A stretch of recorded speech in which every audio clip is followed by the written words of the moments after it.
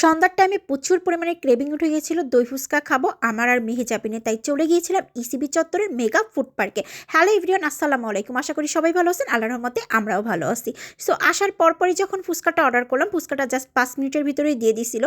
But ফুচকার যখন first একটা ফুচকার ভাইব নিলাম, এত পরিমাণের বাজে ছিল টেস্টটা বলার বাইরে। প্রচুর পরিমাণে চানাচুর দিয়ে দিছিল, আর চানাচুরগুলো অনেক বাজে একটা স্মেল ছিল।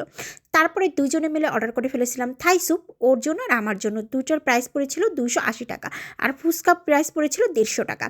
যাই হোক, আসার পরপরই মেহজাবিনকে বললাম যে দুইটা খাবার খেলাম, মোটামুটি ভালো লাগছে, বাট ফুচকাটার অবস্থা খুবই বাজে ছিল। তারপরে অর্ডার করে ফেলেছিলাম রামেনের প্রাইস পড়েছিল 420 টাকা। সেই হিসাবে একদমই ভালো ছিল না, কারণ রামেনটাও খুবই বাজে একটা টেস্ট ছিল।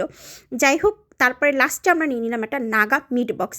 তো আমি এবার মেহজাবিনকে বলতেছিলাম যে এটা টেস্ট করে দেখা যেতে পারে যে এইটার টেস্ট কেমন। তো ও বলল যে হ্যাঁ, অবশ্যই ভালো হতে পারে।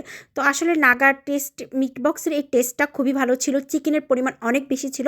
প্রাইস পড়েছিল 260 টাকা। যাই হোক, লাস্টের খাবারটা খেয়ে একটু তৃপ্তি সহকারে ঢেকুর তুললাম যে যাক, লাস্টেরটা ভালো ছিল। তারপরে চলে আসলাম আমরা মিনা বাজারে আসার পরে দেখলাম যে এখানে খুব সুন্দর 999 টাকার একটা প্যাকেজ ছিল, সব কিছু মিলানো ছিল। তারপরে বাসার টুকটাক জিনিস শেষ হয়ে গেছিলো, ওইগুলো আবার কেনাকাটা করলাম। কেনাকাটা শেষ করার পরে চলে আসলাম লিলির প্রোডাক্ট কিনতে। ইদানিং আমার লিলির প্রত্যেকটা প্রোডাক্টে অনেক বেশি ভালো লাগে, আবার 20% ডিসকাউন্ট চলতেছে, মিস কি করা যাবে না। তারপরে নেওয়া শেষ করার পরে এখানে আবার নাফিসা বুড়ির কথা হুট করে মনে পড়ে গেল যে আমরা এত কিছু খাইলাম, ওর জন্য কি নিয়ে যাব। তারপরে নাফিসা বুড়ি যেহেতু চকলেট প্রচুর পছন্দ করে, আর ওর পছন্দের অনেক অনেক চকলেট ছিল, নিয়ে নিলাম। নেওয়ার পরে আম্মুর জন্য একটু বাজার করে বাসায় চলে আসলাম।